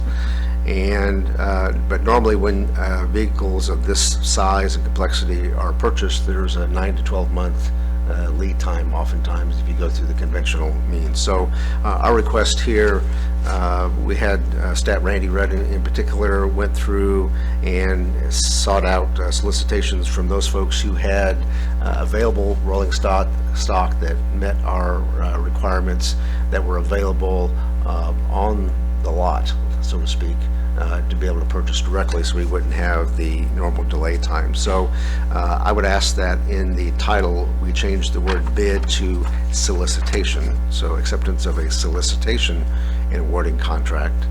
That word appears again under section 1. If we could change acceptance of bid to acceptance of solicitation. And as part of the motion, if you would allow this to proceed under the procurement section 13.3E, E as in everyone, so that it identifies that we did this as a solicitation rather than a formal bid. And Ms. Campbell, as the maker of the motion, would you accept those modifications to the staff recommendation to your motion? Yes. Okay. And the seconder, Mr. Stevens? Okay. All right, so the motion is changed with that, and I think it's probably a good idea to proceed with haste. Any other discussion? If not, please vote.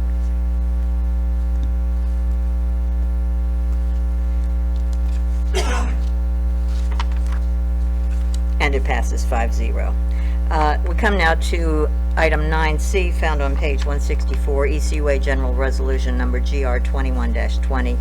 A general resolution authorizing a change order to the emergency purchase order with Utility Services Company in the amount of $119,820.42 for CIP project RI 803, Guillermo Street Trunk Main Emergency Replacement, and authorizing the transfer of project funds in the amount of $122,313.79 from CIP project RS 0004, Guillemard Doghouse Manhole, and in the amount of $85,000 from CIP project R1700, inflow and infiltration to CIP project R1803, Guillemard Street Trunk Main Emergency Replacement.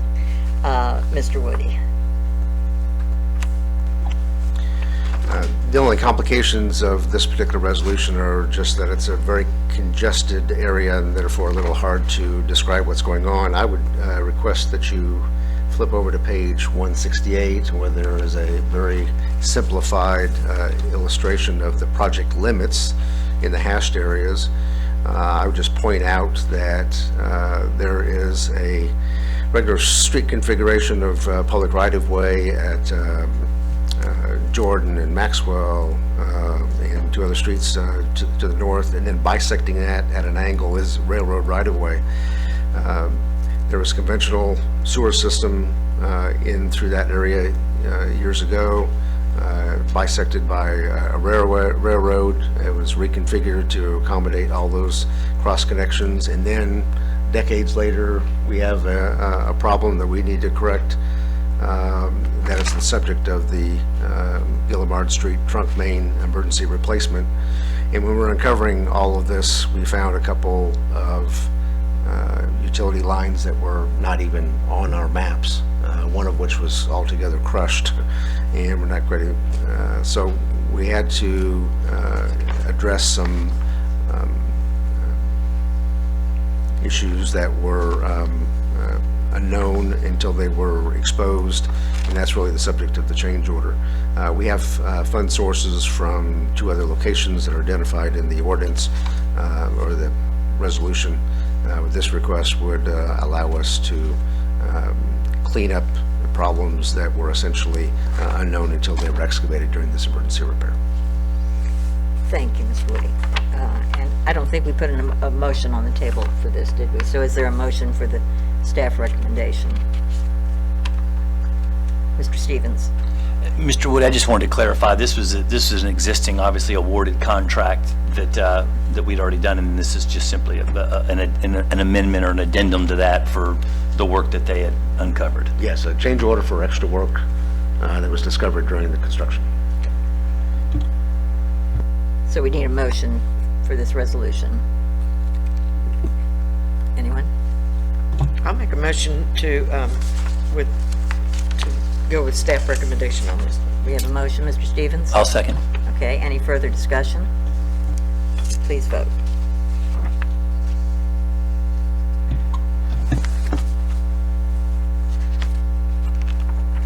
That's one thing when you have 100-year-old utility systems, is the map is not the terrain. Right. Thank you, and it passes 5-0. Item 10 is a budget report. You have those numbers in the back of your folder. Do we, Mr. Smith, would you like to address anything on the current budget report? Thank you. Yes, you have, there's actually two reports. There's one from January and one for February. As you can see, everything is pretty well right in line with the budget across the board. The only thing that appears to be out of line is the sanitation Santa Rosa divisions, and the main reason for that is because once the contract ended, there was still more work to do as far as collecting cans, washing them, and all that. And this is a little misleading because we did budget for those additional personnel costs, but we budgeted for them on the Escambia County side, not on the Santa Rosa County side. So once we true everything up, we'll do a budget transfer to align those costs with where we budgeted for them, and that'll all clean itself up. So that's why those amounts show negative, but that's what it is. We budgeted for a couple of months of extra staff time for those Santa Rosa employees to go collect all the cans, clean them up, fix them up, dispose of them, redistribute them. But we budgeted for that in the Escambia residential side, so we just have to do an internal transfer to clean that up. But everything else is pretty well in line with where we need to be for the fiscal year. No red flags? No. Okay. Anyone have any questions of Mr. Smith? Okay, thank you. Thank you. Been on the hot seat today. So we come now to the Executive Director's report. Mr. Woody. Actually, I have two items. The first item that's already listed on your agenda is Pensacola Bay Water Main Inspection. If you'll flip over to page 173, there's a one-page memorandum to the board identifying a topic that I've touched on a few times in previous board reports. ECUA owns a 24-inch high-density polyethylene water main that runs from the mainland out to across Pensacola Bay, through the city of Gulf Breeze, ultimately to Pensacola Beach. It not only provides water to Pensacola Beach, we also have emergency interconnects with the community of Gulf Breeze as well. That line is buried approximately 3 feet below the bottom of the bay. Then about every 10 feet there are concrete collars around that to keep it in place. Obviously, during Hurricane Sally, there was a potential for problems, not so much from the hurricane itself, but more from Skanska's activities in the area of the water line. So we contracted with Underwater Mechanics Services, LLC. Originally, this work was going to be taking place in conjunction with work they were continuing to do on behalf of Skanska. We did press them into emergency response mode. However, when we learned from another utility in the area that portions of our main may be exposed. So they were told to begin their work, and this is notification to the board of that emergency procurement. They started their work last Monday.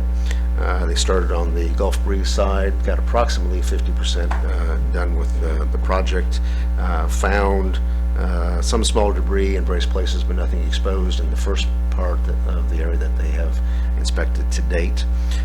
They started then this week on the Pensacola side.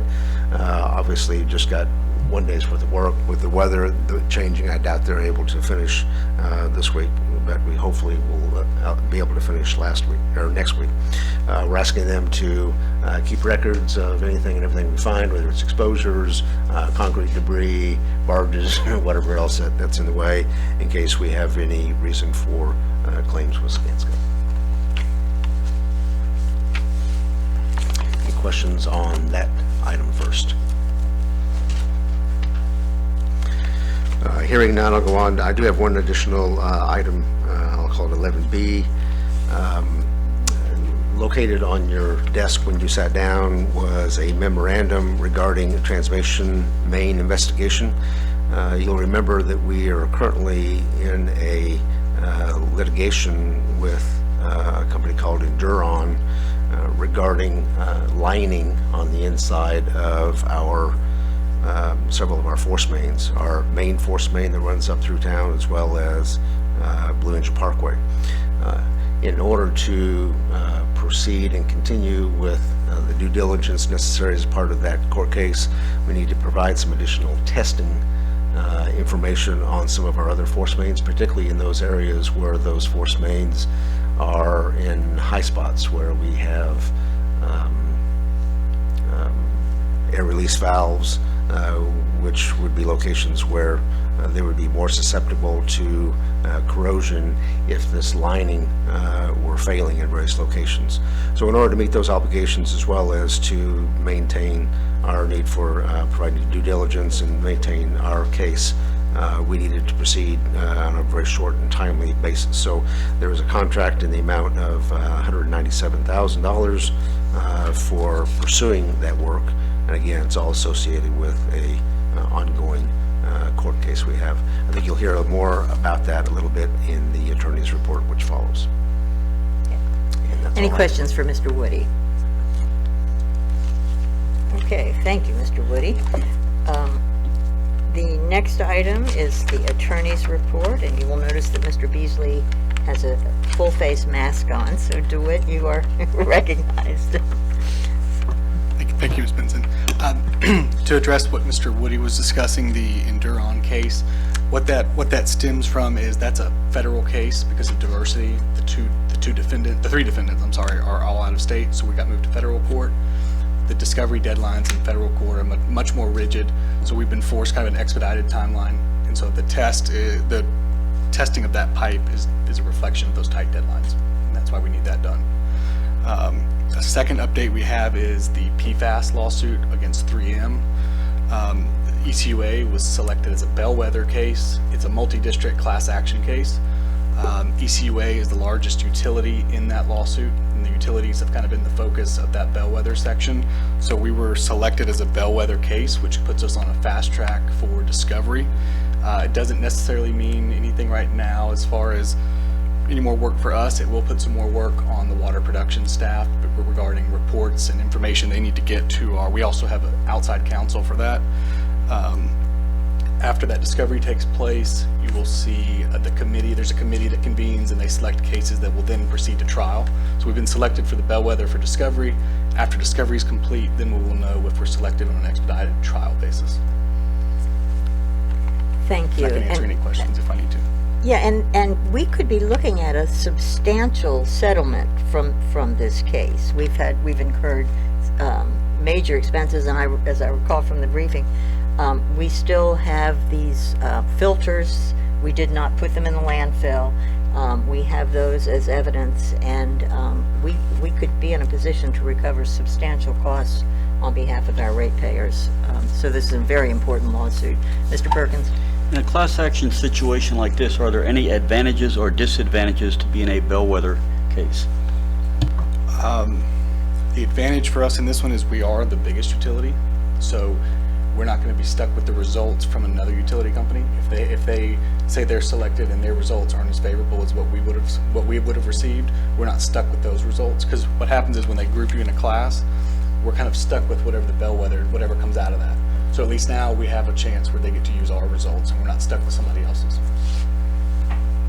It's a good thing. Yeah, good question, Mr. Perkins. Mr. Williams? Yes, Madam Chair, question would be, I need a little more background on this case. Bring me up to speed a little more with what happened to get us here. Sure. Mr. DeWitt? Yes, sir. So the 3M case is the PFAS that is in the water. It was released from, I believe, when the fire retardant that they spray at the airstrips. It has leaked into the water and it's caused us to have to do granular activated carbon filters in places where we normally wouldn't have to. And we've incurred other additional costs, but it's mainly the 3M. They didn't disclose any of this when they released those products. So it's a class action about the PFAS that's released into the water. Okay.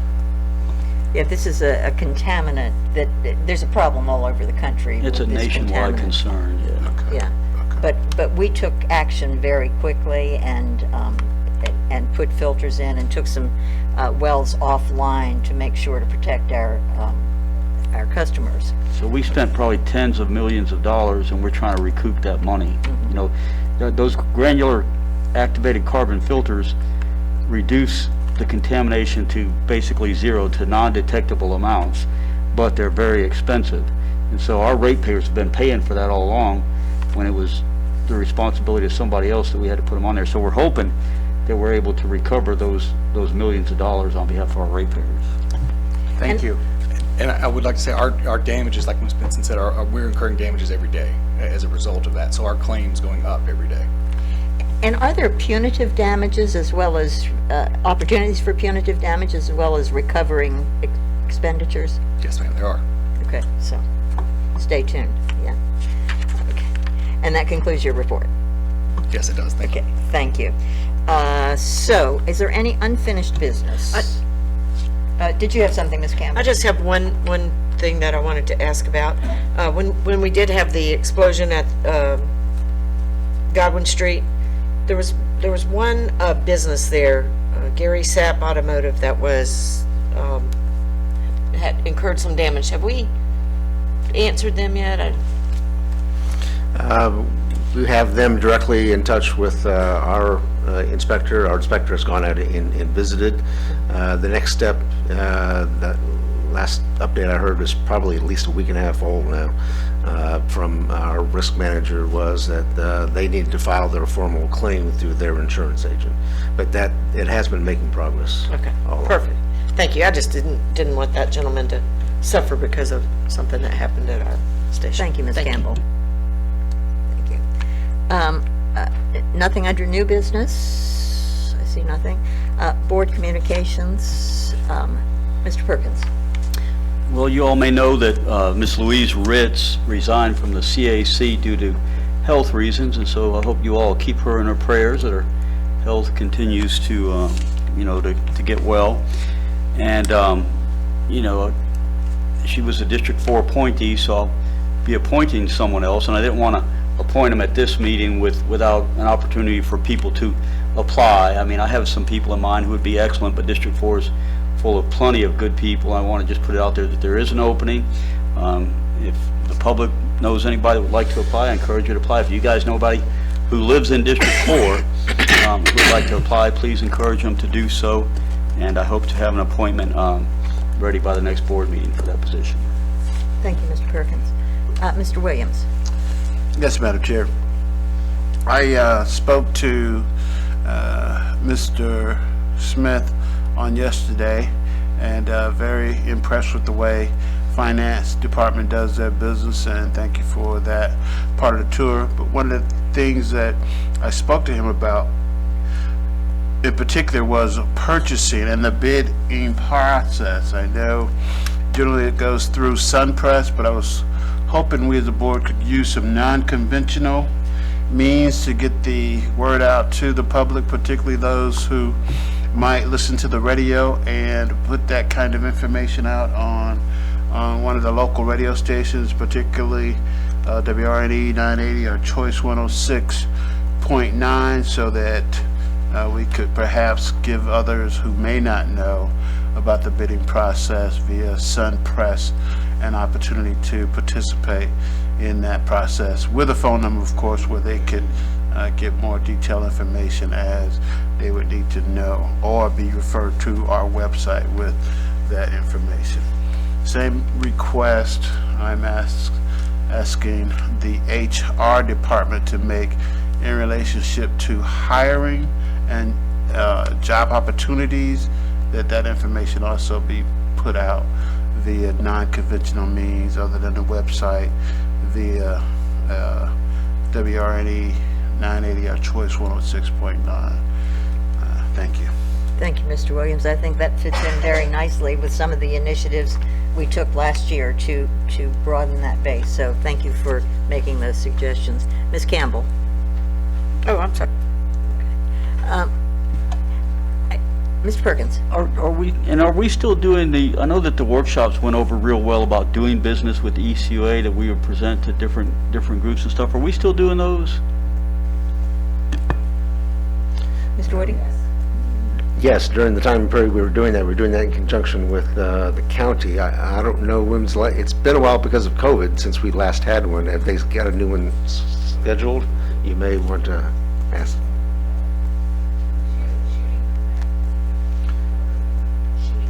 I'm hearing from staff that they're shooting for a May date. Okay, good. Date Thank you. unspecified. Thank you, Jim. Yeah. With that in mind, the Perdido Chamber of Commerce is now a SCORE chapter, which is one of the only ones from here to in Northwest Florida, I do believe. So, are we members of that? I know we're members of the Pensacola Chamber, but they're putting on they're putting on a very nice job fair that's covering, you know, Florida and South Alabama. So we might want to. I'll try to get some information. All right. Mr. Woody? I'd like to hear some more about that maybe after the meeting. Yeah, I'll get some more information. Okay. Thank you, Ms. Campbell. Did you have more, Ms. Campbell, or? No. Okay, good. Just one other thing. At last meeting, Mr. Williams brought up our website, and I think he's speaking for all of us. We have all complained about the level of our website and hope that it will be upgraded. I think I told you I had a conversation with Andrew McKay before the meeting, and he said he heard Mr. Williams bring that up, and he said, yes, I have had trouble navigating it, and I need access to the information that's on a website as part of the media. So I hope we will work diligently to get this website to a better level that reflects the professionalism of this organization and our staff and leadership. Ms. Campbell? I 100% agree with that. I use the website a lot. A lot of people don't realize that we don't, you know, this board doesn't have an office here at the ECUA. So when someone calls us with a question, I have to go on the website and try to figure it out, you know, before I bug staff. I don't want to do that because I know they're busy in the field. And quite often I get that 404 message. I don't know if y'all have gotten that. It's like, okay, if the information's not there, take that click off the website. I'd like to see that cleaned up. And I know it happens. I mean, I'm a business owner. I have a software that we use, and I noticed the other day that we had some of that going on with that software, and I've got somebody cleaning it up. He said there was 800 of these in the queue that we didn't know about, but it happens. But I would certainly like us to look at that and get rid of all of those 404 messages. If it's not on the website, we don't need a click there. Thank you. Mr. Perkins? Yeah, and I don't know if we still do this, but in the past, we had internship programs, and we had a young man that came through as an intern back in the 80s by the name of Tim Haig, and he stayed with the organization for 30 years and provided exemplary service. And so in areas like, you know, public administration or engineering or data management, I mean, I think we could get, I think there's somebody out there that's probably a website whiz that would benefit tremendously from an internship with ECUA, and ECUA would benefit tremendously from them. So I don't know if we've looked at it in a while, but it might be worth exploring, you know, the internship program and seeing if we're doing that, or if it's, you know, if it's something we might want to look at once again. Thank you, Mr. Perkins. Ms. Campbell? I'll be happy to reach out to PSC to see if they, okay, thank you. Okay, we come now to our second open forum. I don't believe we have anyone who has indicated an interest in speaking. So thank you. Good meeting, folks. We are adjourned.